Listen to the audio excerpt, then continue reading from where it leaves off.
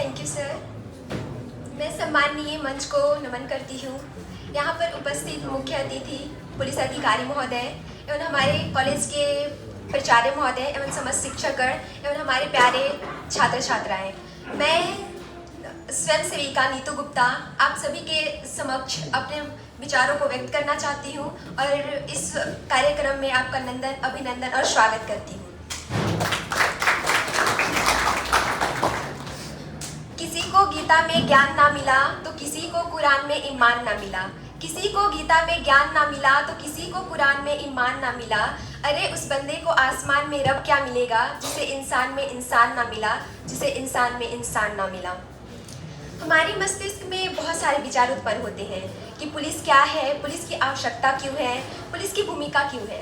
परंतु आमतौर पर देखा जाए तो समाज के लोग बस इतना ही समझते हैं कि पुलिस हमारी रक्षा के लिए है, अपराध ना हो तथा अपराधों को रोकने के लिए है। परंतु कुछ लोग ऐसे होते हैं जो पुलिस को भ्रष्टाचारी कहते हैं और फिर वही कुछ लोग छोटी मोटी झगड़ों को लेकर पुलिस अधिकारी के पास पहुंच जाते हैं इंसाफ मांगने के लिए, और वहाँ पे सत्य असत्य की बहुत बड़ी प्रॉब्लम हो जाती है कि कौन सत्य है कौन असत्य है। इसमें किसी एक को इंसाफ मिलता है तो कुछ लोग वहीं पे फिर से पुलिस को कुछ बोल के और निकल लेते हैं।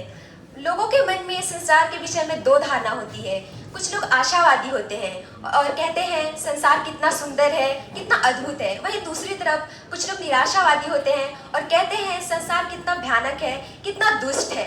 यही संसार सुखमय हो जाएगा यदि हम अपने मन को परिवर्तित कर लेंगे।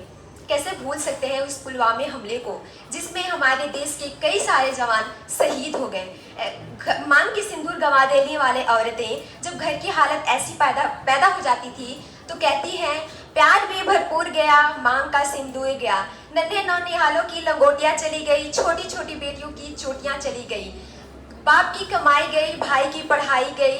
ऐसा एक विस्फोट हुआ कि पता ही नहीं चला और जिसमें कि कई बोटियां चली गई। और आपके लिए तो एक इंसान मरा है साहब, हमारे घर की तो रोटियां चली गई, हमारे घर की तो रोटियां चली गई। वाले हालात पैदा हो जाने के बावजूद भी एक माँ अपने बेटे को सरहद पर भेज देती है दुश्मनों की धज्जियां उड़ाने के लिए और कहती है 1 इंच पीछे ना हटना, चाहे इंच इंच कट जाना, चाहे इंच इंच कट जाना। ना जाने ऐसे कई सारे युद्ध हुए और ना जाने कितने जवान शहीद हुए। हम पुलिस की भूमिका की बराबरी कभी नहीं कर सकते हैं क्योंकि कुछ सालों तक चलता रहा कोरोना महामारी में, जहाँ पे बहुत सारे नियम लागू किए गए थे कि मास्क पहन के रहना है, घर से बाहर नहीं जाना है, इकट्ठे होकर गपशप नहीं करना है।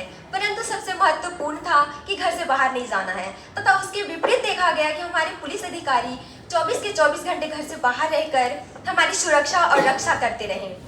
समाज के लिए नियम बनाए गए कि उन्हें घर से बाहर नहीं जाना है, परंतु इसके विपरीत पुलिस अधिकारियों के लिए अलग नियम बनाए गए कि उन्हें 24 घंटे घर से बाहर रहना है।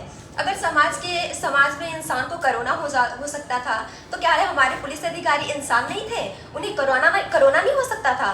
बिल्कुल हो सकता था। परंतु ये सभी लोग जानते थे कि जो पुलिस अधिकारी कर सकता है वो हम नहीं कर सकते हैं, इसलिए उनके लिए अलग नियम बनाए गए। लोग 24 के 24 घंटे घर से बाहर रहकर अपनी परिवार की परवाह ना करते हुए, अपनी जान की परवाह ना करते हुए हमारी सुरक्षा और रक्षा के लिए बाहर रहते थे। पुलिस अधिकारी का पद इतना सर्वश्रेष्ठ है कि उस पद का कोई भी मतलब किसी पद से ऊपर नहीं हो सकता है। पुलिस अधिकारी का पद इतना सर्वश्रेष्ठ है।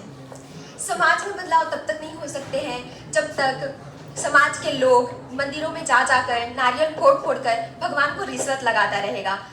समाज के शिक्षित वर्ग ही बिल्ली के रास्ता काट जाने पर अशुभ मानता रहेगा।